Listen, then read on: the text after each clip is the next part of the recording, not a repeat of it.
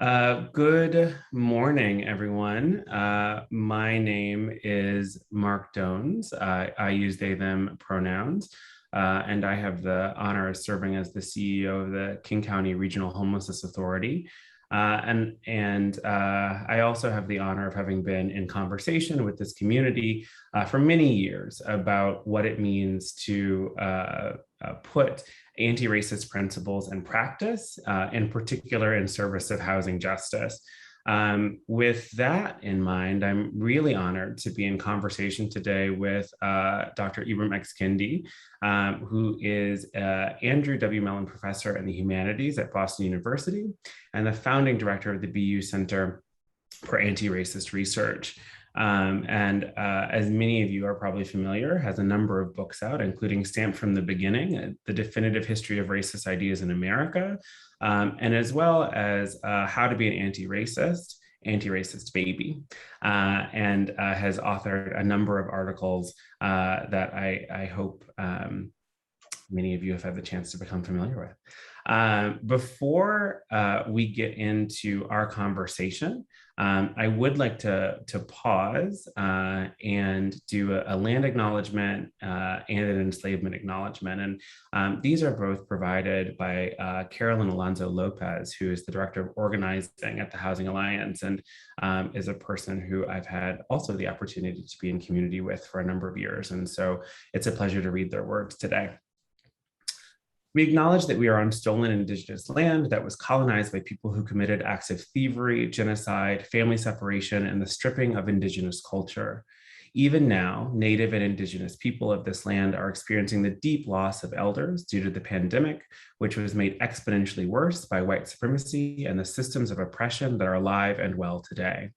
As advocates for housing justice, it is important we acknowledge that we are living in environments where the Indigenous tribes of Turtle Island once thrived and have forever been displaced. We also acknowledge that people from the continent of Africa were kidnapped, brutally treated, and sold into slavery on this land. This nation was built on the backs of Indigenous people from Africa and generations of their descendants. They are yet to receive reparations for their work, generational trauma, and the continued violence and oppression that they face. And so with that as sort of a centering piece, I'd like to sort of jump into the conversation. I know we don't have a ton of time. And so I want to ask you first, Dr. Kendi, so you in How to Be an Anti-Racist, you share some of your experience with racist thinking personally, right? How does this honesty help give others the space to acknowledge and name their own racist behaviors and attitudes? Well, first, Mark, I'm so glad we're able to be in conversation. And I think my book before How to Be an Anti-Racist was this book entitled Stamped from the Beginning, which was this narrative history of anti-Black racist ideas. And I really focused on those who are producing these ideas over time. And as I studied these thinkers and writers and creators, one of the consistent things that I found was that they constantly denied that the ideas that they were producing were racist. Mm-hmm. And at every sort of period, there was a different sort of way in which they denied it. There was a different way in which they identified themselves through that denial. The most recent construct of that denial is I'm not racist or I can't be racist. Mm-hmm. And so what I realized through that research is really that the heartbeat of being racist is denial. Mm. And so I knew I wanted How to Be an Anti-Racist to sort of live by a different heartbeat. And so the opposite of denial is acknowledgement, is confession, is admission, is self-reflection and self-critique. And so I wanted that book, to really live by that. I think that's really profound. I think that one of the things that, I've had the privilege of working both nationally and then in this community in particular over the last 5 years.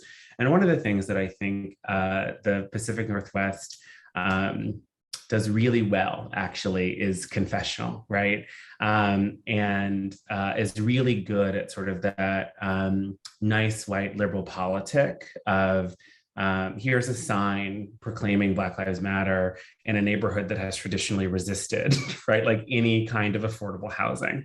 And I'm really curious your thoughts on how does a confessional posture then translate into action? Well, I think that a confessional posture doesn't automatically result in action, Mm-hmm.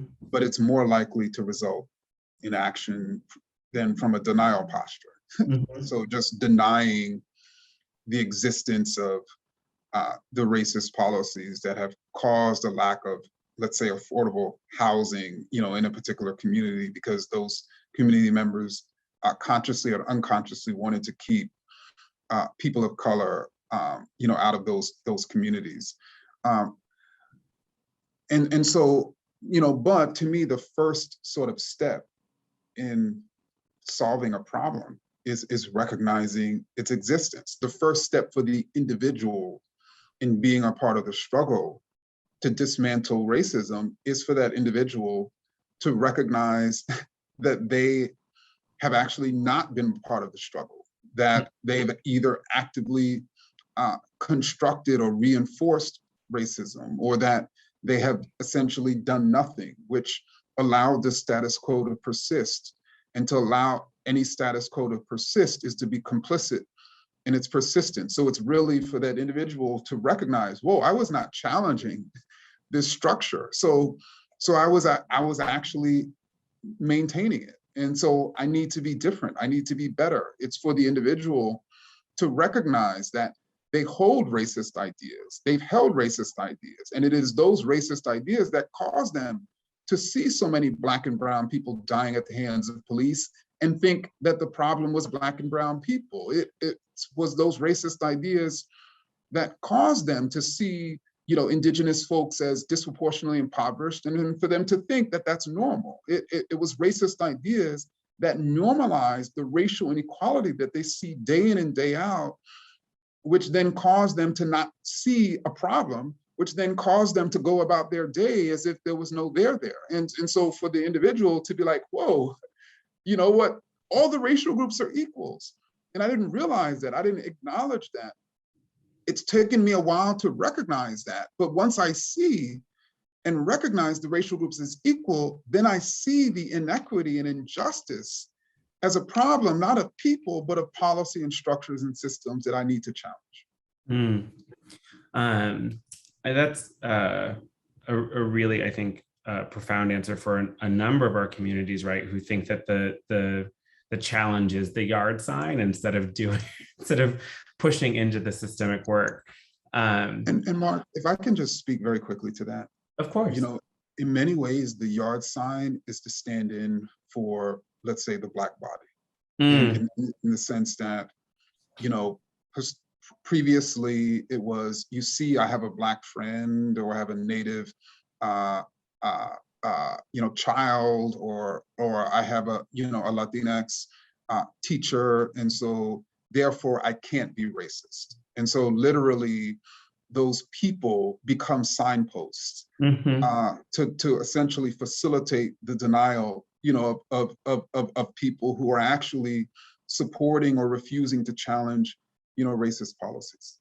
Yeah, and the way that the through line of a lot of like American racism in the last 50 or 60 years has really always had that fulcrum point of a symbol, right, of someone is able to hold up either as a literal person or some sort of interaction that sort of says, oh, I'm a good person because look at this thing that I've got that separates me from the actual racists over there.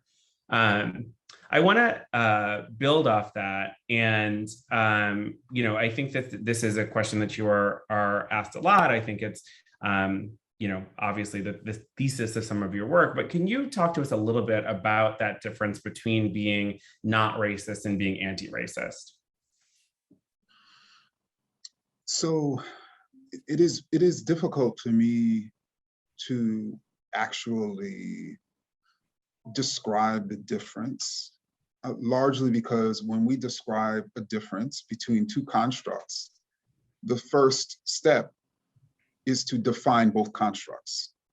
And I can define what it means to be anti-racist. It is to recognize the racial groups as equals, to equate difference, to see the problem as racism, as opposed to the inferiority or superiorities of particular groups. In other words, inequity as the result of racism, not what's wrong with people, and then to actively support organizations and collectives of people and policymakers who are challenging those racist policies. I know what it means to be anti-racist.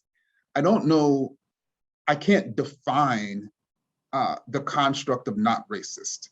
I know what it means to be racist. And so if an anti-racist expresses an idea of racial equality, then a racist is going to express an idea of racial hierarchy.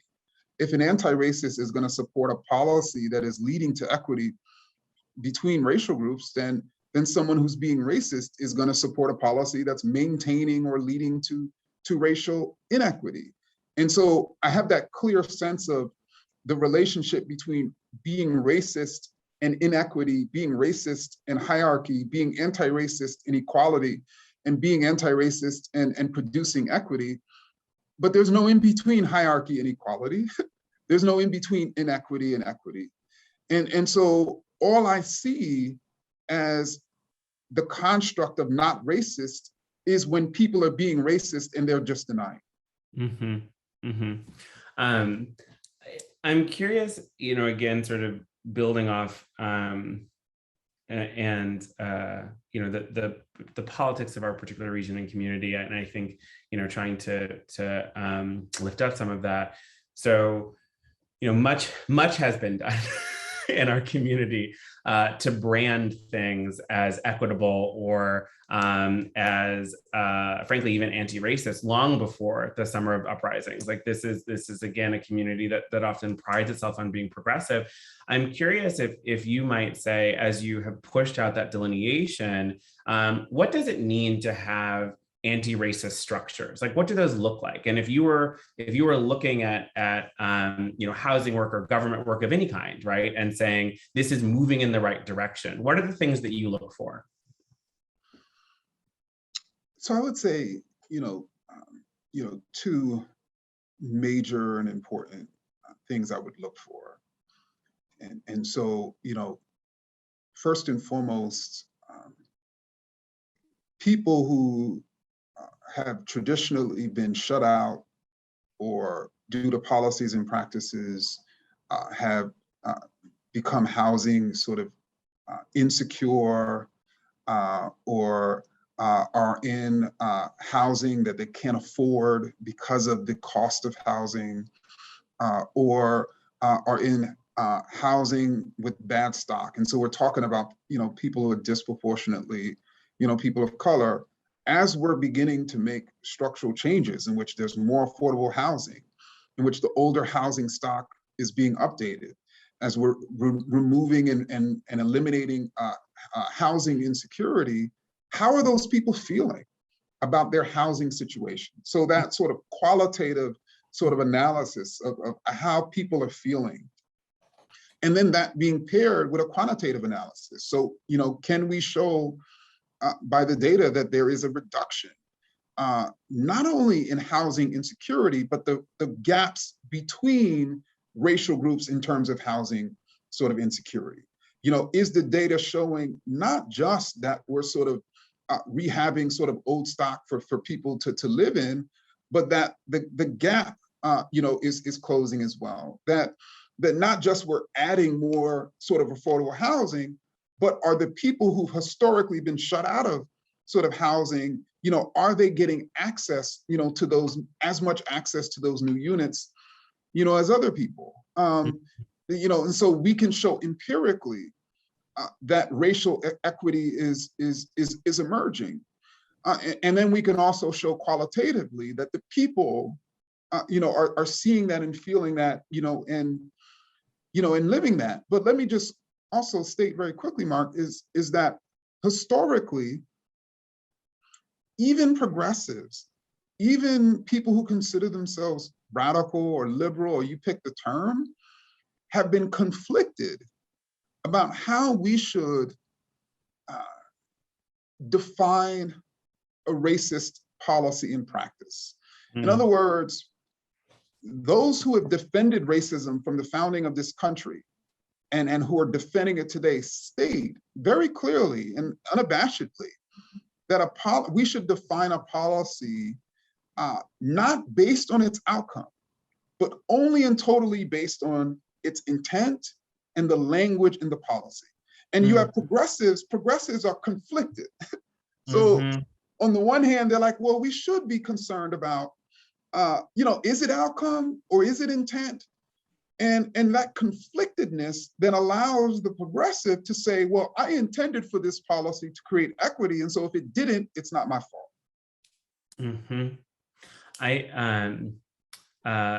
Quick plug before I lose my train of thought. For folks watching, please submit your questions for Dr. Kendi. Hopefully we will have time to get to some. I want to pick up on something that you just said about, so we haven't had a chance to chat much. I'm an anthropologist by training, and what you just said about feeling, I think, is so important, right? Because I think that one of the things that our systems often do, particularly our governance systems, is they lean hard into quantitative methodologies, right? And then erase the feeling. And so, particularly again in the housing space, we have long since, prioritized these quantitative metrics of, how many people were exited to housing from our homelessness programs, et cetera, right? And we don't look at, frankly, the, 30, 40 years of qualitative data that says, like, we brutalize people along the way, right? And some of the connections that people make to housing are often unstable because they have gone through so much trauma, in some instances, particularly racialized trauma, trying to transit their crisis, right, towards security.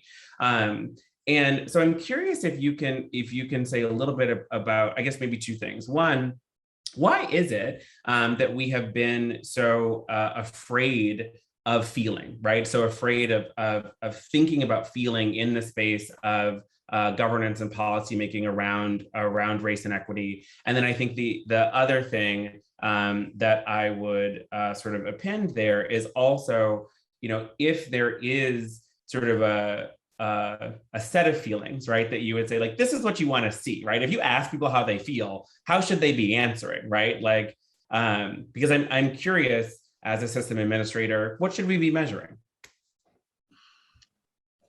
So I think the second question is probably harder for me to answer than the first, because I think that what we should be measuring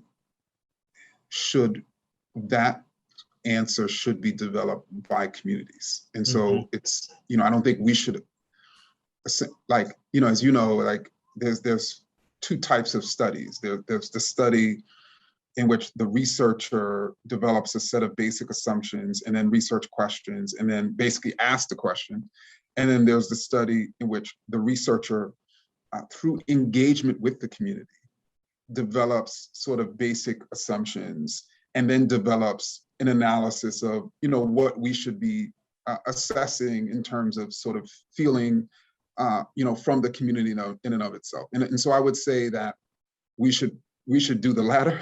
And too often we've done the former. But to your initial question, in terms of why, I would say it's the result of both classist and racist ideas, and most specifically, their intersection. And so we're talking about, generally speaking, even sort of people who are committed to creating sort of housing security for every single person sort of on earth, some of those people, and when I say some of those people, I used to be one of them, if I am not, still am, have long been taught within progressive circles that poverty makes people inferior.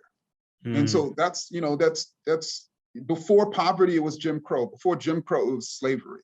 And so that there is this belief that indeed there are behavioral deficiencies, within poor communities, within communities of color, and especially within sort of low-income communities of color. And it's the result, again, progressives would say, of poverty. So it's not the result of an inferior culture. It's not, a genetic sort of result, but it's the effect of poverty, which is why we need to eliminate it. It's the effect of housing insecurity, which is why we need to eliminate it. And that sort of theory emerged with abolitionists who said the same thing. Slavery is so dehumanizing. It has made Black people into brutes. That's why it's the evil of all evils, and we need to eliminate it. And that idea still persists, to this day. And I think that's part of the reason, sort of. Anyway, let me not go off on a tangent. So I think when you have that perspective, are you going to go into that community and look for wisdom? You're not, right? You're going to imagine you're the wise one, and that these people are damaged, and you're trying to essentially heal them.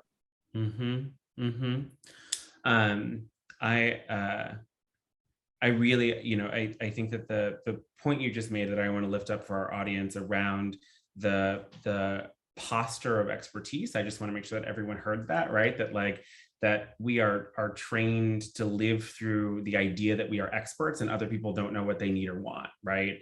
And that is particularly true in the policymaking space. And so I just hope everyone heard that point, and that it is a different order of operations to partner with people and walk alongside developing a conclusion than it is to have one a priori.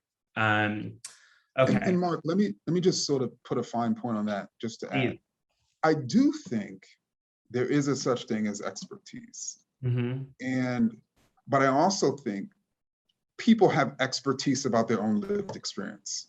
Even low-income people, that these people can speak to their experience, better than everyone else. Now, can they speak? Would they know necessarily that their experience is representative, let's say, of poor people or poor Native folks?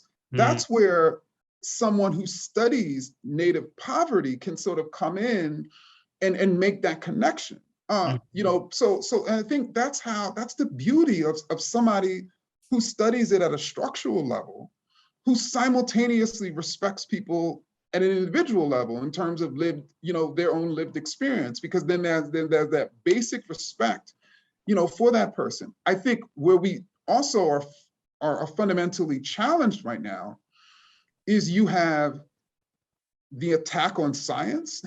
And so this attack that there is no such thing as, expertise. And then that attack on science is simultaneously saying to the individual, they are the expert, and that their own individual life is representative, and that those who have actually been trained in that area are just expressing their opinion, just like they are. Yes, I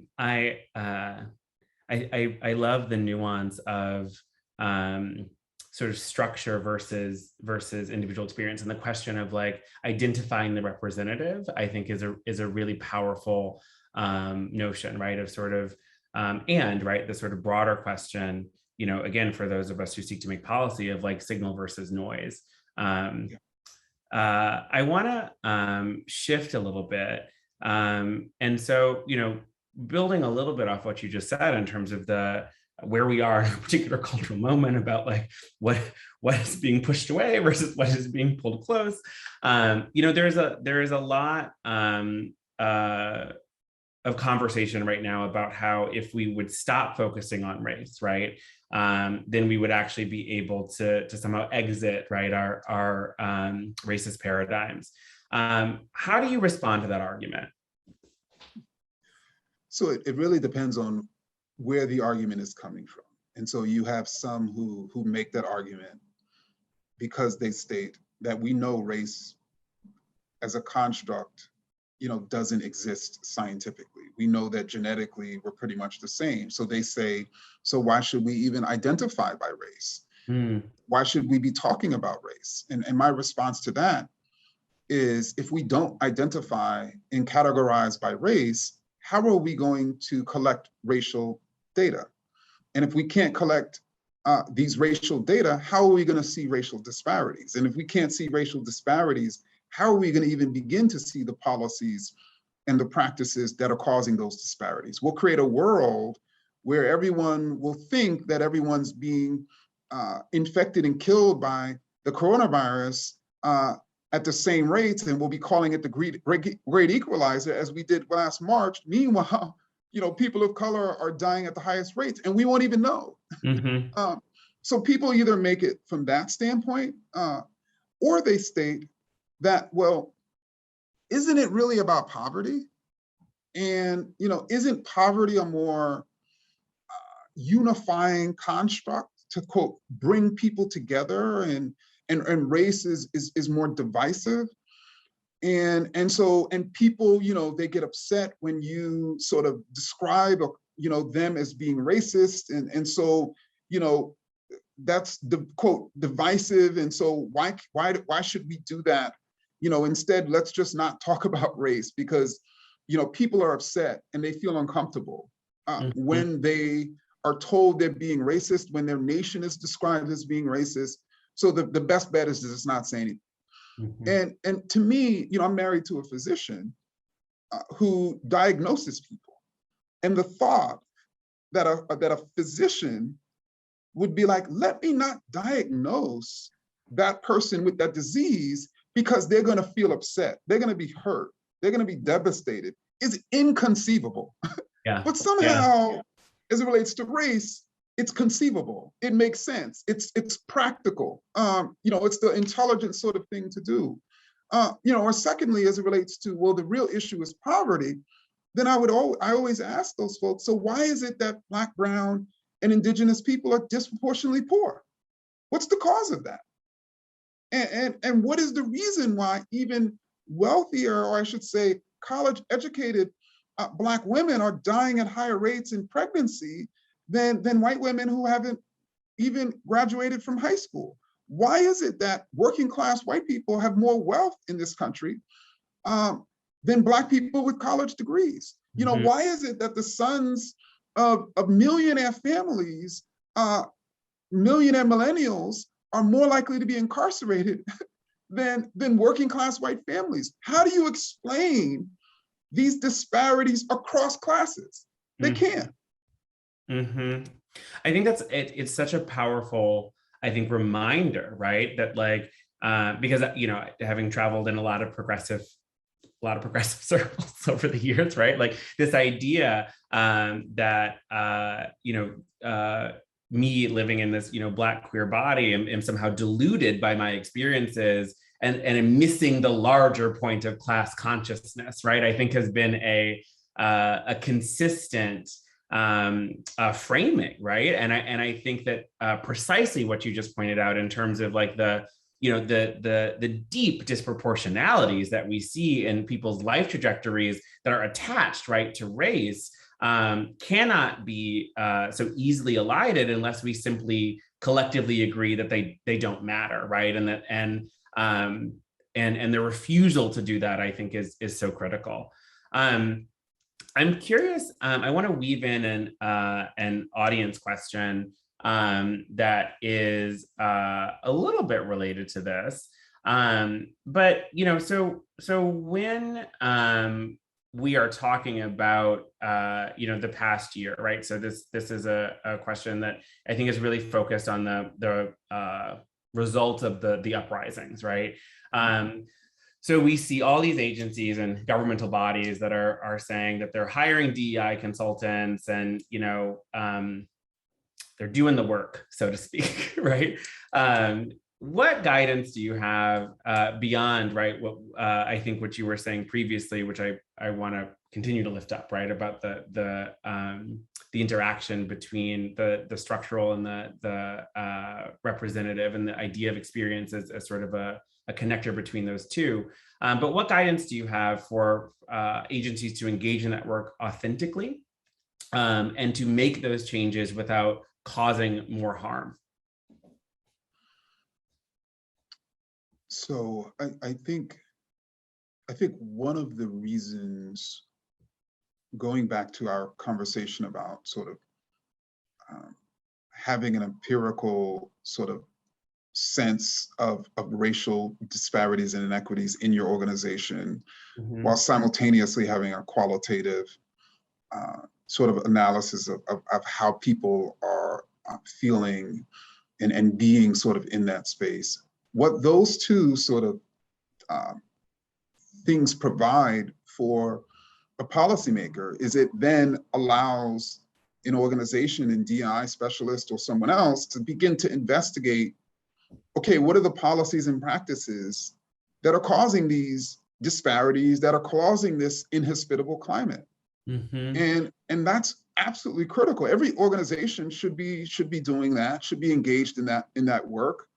And then simultaneously trying to figure out sort of evidence-based, sort of community-informed policies and practices that can replace those more racist practices and policies. And then if an organization is also serious, after they've done that, then they're going to measure the impact of those new policies and practices, both empirically and qualitatively.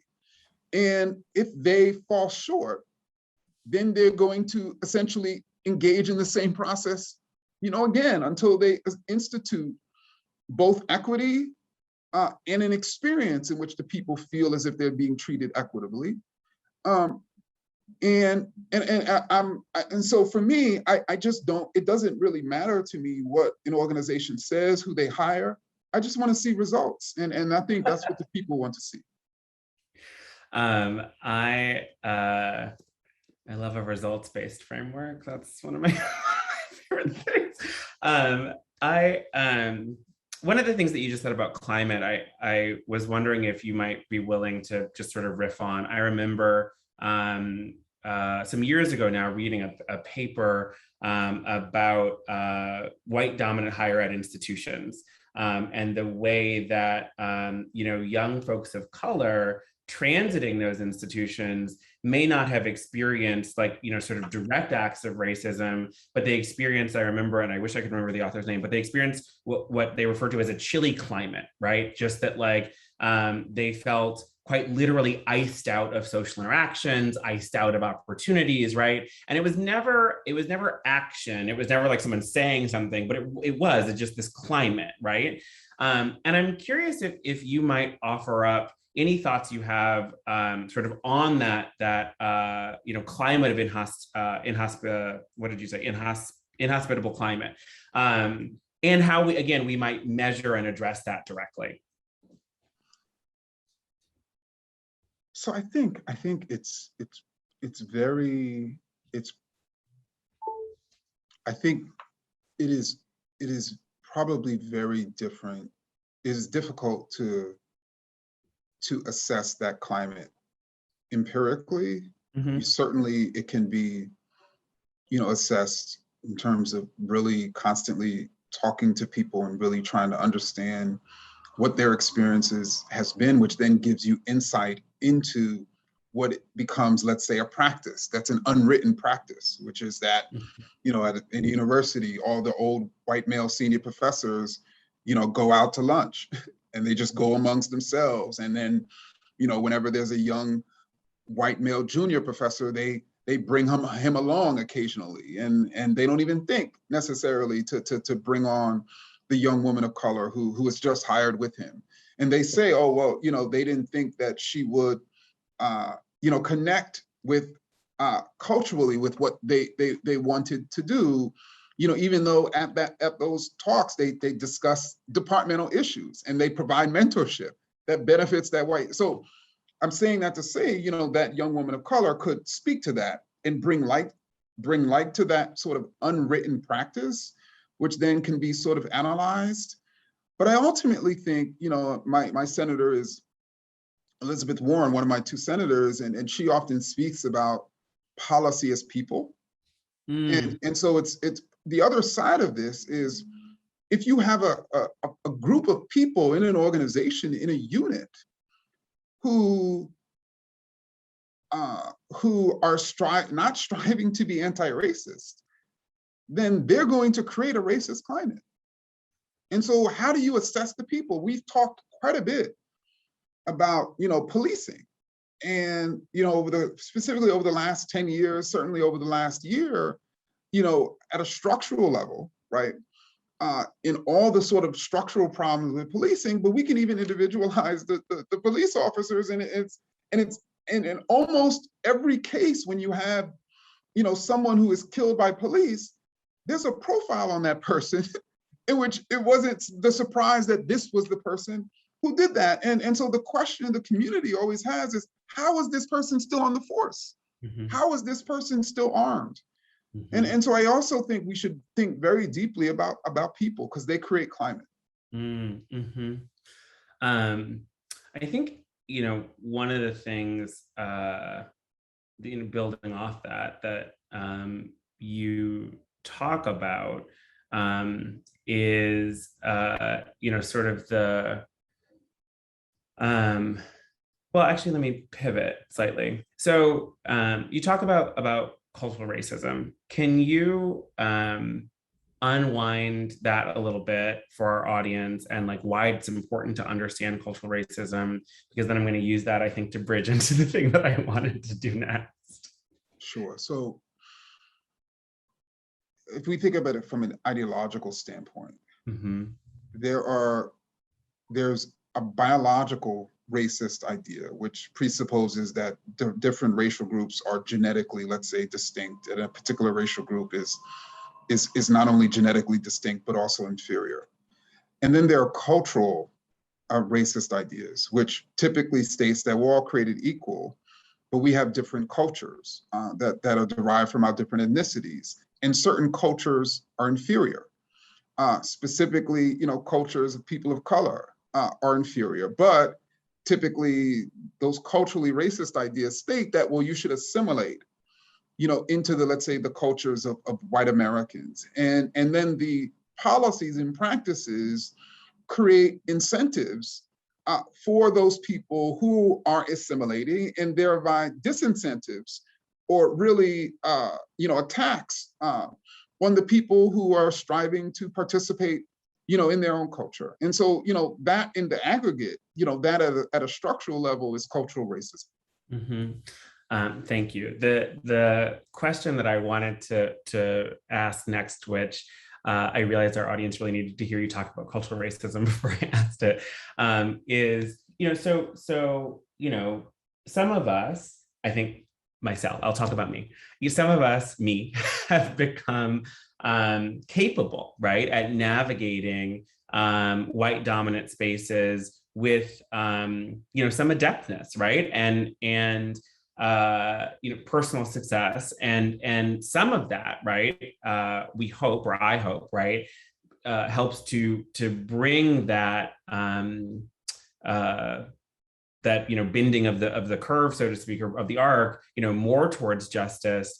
But one of the things that, again, you've talked about is the vulnerability and the importance of understanding where you're at. For those of us who navigate white dominant spaces or white supremacist spaces with some degree of success, while trying to do justice work, what should we be thinking about? How do we hold ourselves accountable? Wow. So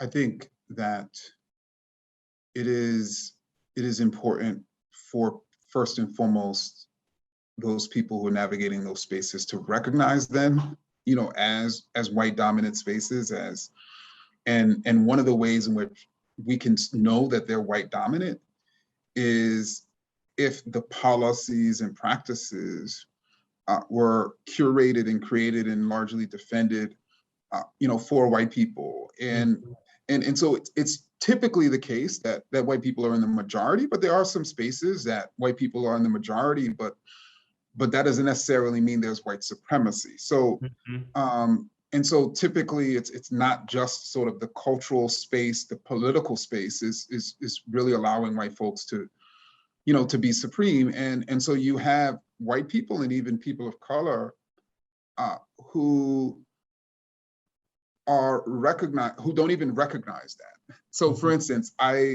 people refer to my alma mater, Florida A&M University, as an HBCU, historically Black, college and university.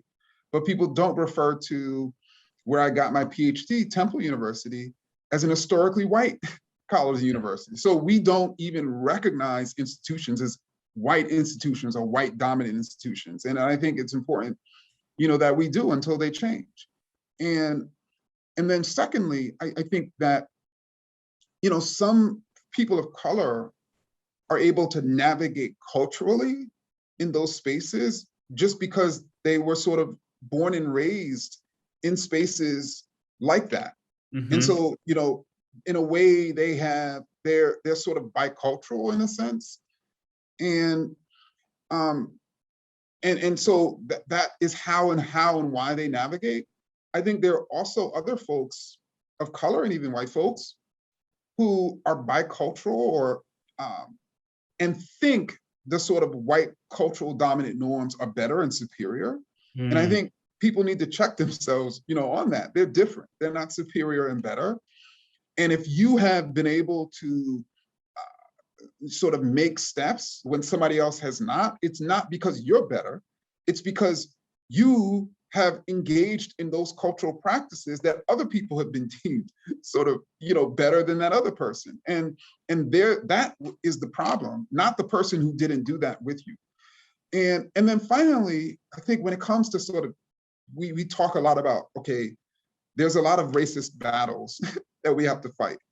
And so, sometimes people say things like, well, I want to pick my battles. And I do think it's important to pick battles, but we also have to make sure that we are battling at some point.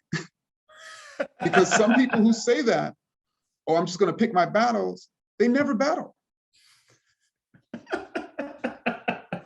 I love that. I'm going to be using it all the time. I think one of the things that you just highlighted is the sort of vulnerability that's necessary in order to really embody an anti-racist approach. And I'm wondering if you could speak a little bit about how we might encourage frankly in our own actions, or just by directly counseling others to approach this body of work with vulnerability. And when we say vulnerability, what does that look like or feel like for folks?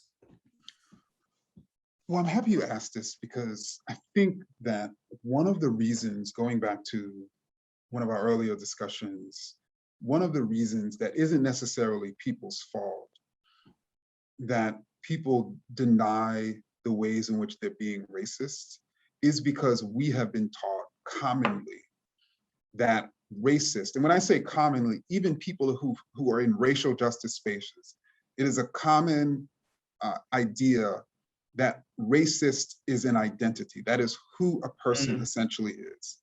And so if you've been taught that, and we're also asking that person to be honest when they're being racist, in your mind, you're not saying you're being racist or you were being racist that moment when you said Black people were lazy.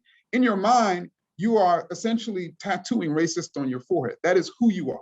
And people are like, no, that's not who I am. I know that time in which, I was sort of gracious and I fought for that equitable sort of policy. And so, or it's people don't want to identify themselves in that way. And then they attach the term racist to not only an identity, but an evil, horrible person. And so they're like, I'm not an evil, horrible person. And so I'm not going to admit, that I'm being racist. And so I'm saying that to say that if that's how you how you've constructed the term as an identity, as who a person is, it makes sense that people are going to just resist it and deny it. But what if it's not that way? What if it's a descriptive term? What if it's not who a person is, but what a person is being in any given moment, which is why I keep using the terminology of being racist. And what if we realize that in one moment we could be racist, and if in the next moment we can be anti-racist? And what if we realize in that moment that we're being racist, that we're supporting that voter suppression policy, if in the next moment we realize that, we admit it, and because we're admitting it, we're being anti-racist. What if we recognize that? What if we recognize that to be anti-racist, we have to admit the times in which we're being racist? That's a very different frame of thinking than to be that the way in which we're racist is when we admit we're being racist, right? It's a completely different sort of way of thinking. And I'm not stating this because it makes it easier for people to admit that they're being racist. I'm stating this based on the evidence. When we look at American history, when we look at human beings, we have so many people who articulated both racist and anti-racist ideas. And you have people who are supporting anti-racist housing policy and racist educational policy. So how do you call that person inherently racist or anti-racist? You can't. But what you can say is when they're pushing that anti-racist housing policy, they're being anti-racist. When they're pushing racist educational policy, they're being racist. I love that. I mean, like, I think that one of the things that we have lost, like completely lost, right, is the ability to hold complexity and the ability to look at something and say, like, this conversation is actually complicated. And so requires a level of nuance and a level of grace, right? As opposed to reflexivity or binaristic thinking, right? And so I really hope that people are hearing, you know, this call to complexity as part of the pathway out of where we currently are. We only have a little bit more time, and I want to switch over to some audience questions. So one question here is that I found interesting. What kind of restorative justice work do you feel we can do to make the human connections needed to move away from transactional equity to transformative equity? And I think that speaks a little bit to the complexity component that you were just raising about, like, people can espouse an anti-racist thing and a racist thing, like, within sentences, right? So what would it mean, right, for our idea of justice, if I'm reading this question correctly, to be restorative as opposed to punishment oriented, and to build new connection as opposed to, you know, castigate or sever? So I'm going to try to be as concise as possible to some of these audience questions so we can get as many in as possible. You know, what I would say to this one is that what we can control, those of us who are serious about creating a restorative justice system to replace our current punishment system, is for us to be willing to acknowledge and admit the times in which we've harmed people. And for us to simultaneously give people the grace in our own sort of communities, in our own spaces, to do the same. And like, just taking that step that we admit, because part of the accountability and the part of what we want to create with restorative justice is when someone has harmed someone, they admit it. And they're willing to be held accountable. And people resist that, obviously. And so we can do that, you know, and we could hold grace for people to do that too. I think that that's such an important distinction, right? That, like, accountability need not be the same as punishment, right? That accountability can be admission of having caused harm, as opposed to being punished by an external force that is larger or more powerful than you. The next audience question I want to shift to is the disconnect between anti-racist strategies in our institutional systems, example, the legislature, the courts, et cetera, are so enormous. How do you move the needle in institutions that are fundamentally rooted and constructed in white supremacy and also thrive from that white supremacy? So I think succinctly, right, like, is there a strategy that you would choose in those moments where the change might be incremental as opposed to whole cloth? So an organization, and certainly an individual, can certainly thrive through white supremacy. But if that's happening, then chances are, you know, the community, the people, you know, are being hurt, are being harmed. And that even includes white people. And so I think in that case, we have to basically seize power, over that organization and be sort of fighting for the seizure of that power so we can radically change what should be thriving through that organization. So as opposed to white supremacy, the lives of everyday people. Mm-hmm. Mm-hmm. I think the next place I want to go, which I think builds a little bit off that, is just a general question. What is your position on reparations and other actions to remedy the historical discrimination that created some of these wealth gaps, and in particular the housing gap? So I think my position on reparations begins first and foremost with a recognition of the massive racial wealth gap. Mm-hmm. And anyone who understands wealth, it's the result of both past and present policies. And then secondly, I personally am committed to economic sort of justice, and equity, not only between classes, but obviously between races. And so then the question becomes, what programs and policies can create that equity, can eliminate that racial wealth gap? And reparations is the only policy proposal on the table of the American people that has the capacity to eliminate the racial wealth gap.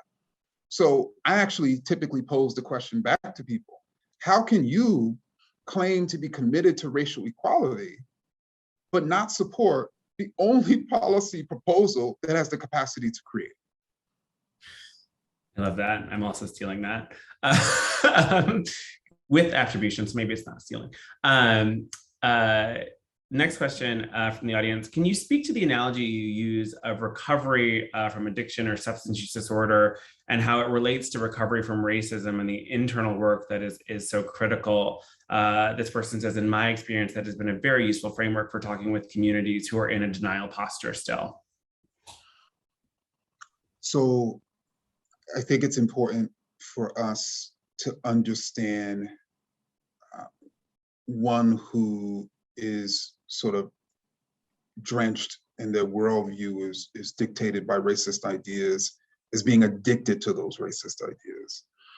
And when we understand a person is being addicted to anything, whether it's a substance or a set of ideas, we know us just going and lecturing to them isn't necessarily going to do anything. We know that first and foremost, we have to develop a tremendous amount of trust, like they have to trust sort of us.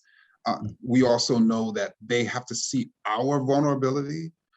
They are also more likely to open up or to be vulnerable to other people who look like them, who talk like them, who were facing the same form of addiction.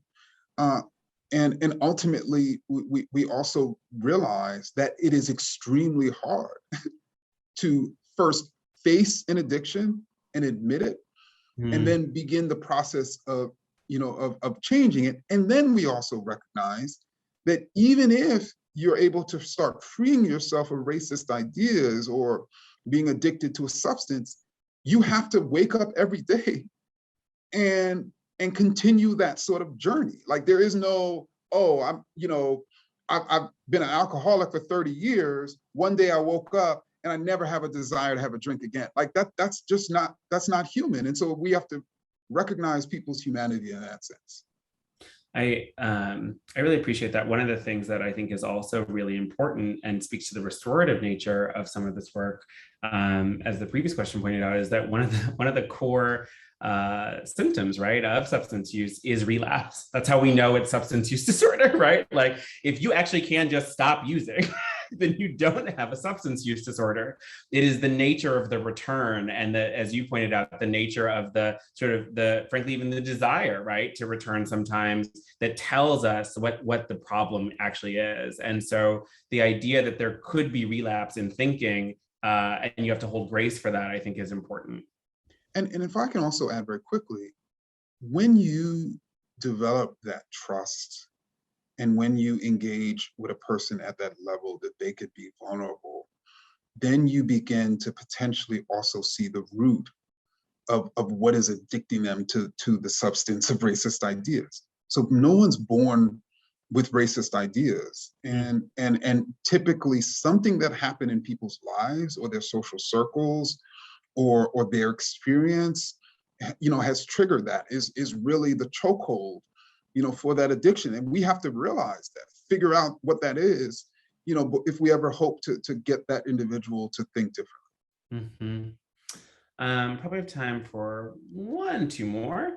This question, again, speaking to the complexity of all this, how do organizations support members or staff through education to understanding the complexity, right? Like, so what's the organizational response here?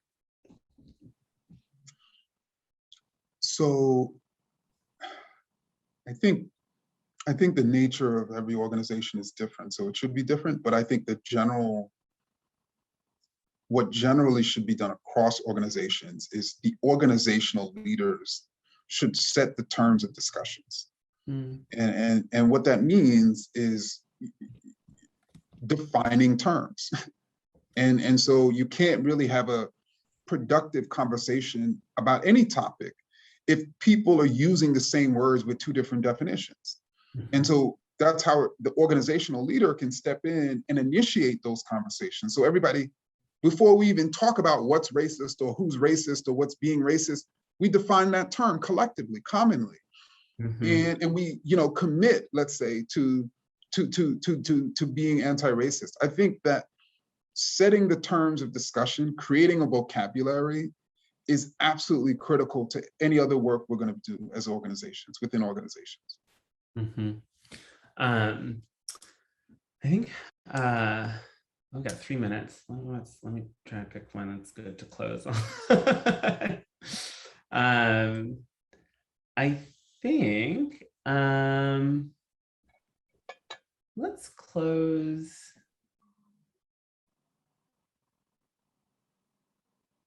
Let's close on this one. Oh, this is good. Yeah. Where do you place, this is sweeping. So like end how you want to end on that.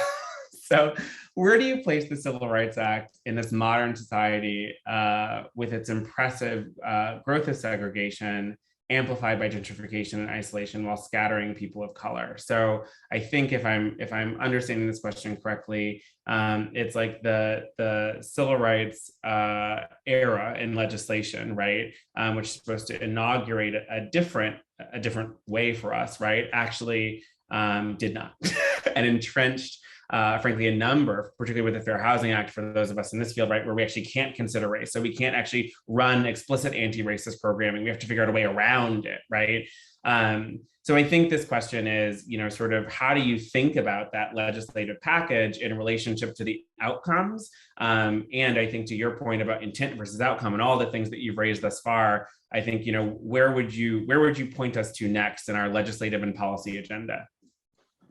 So the way that I would describe it is that we have historically imagined that there's this sort of singular force of racial progress, and as one of the sort of points along the sort of march towards racial progress has been the Civil Rights Act, of 1964.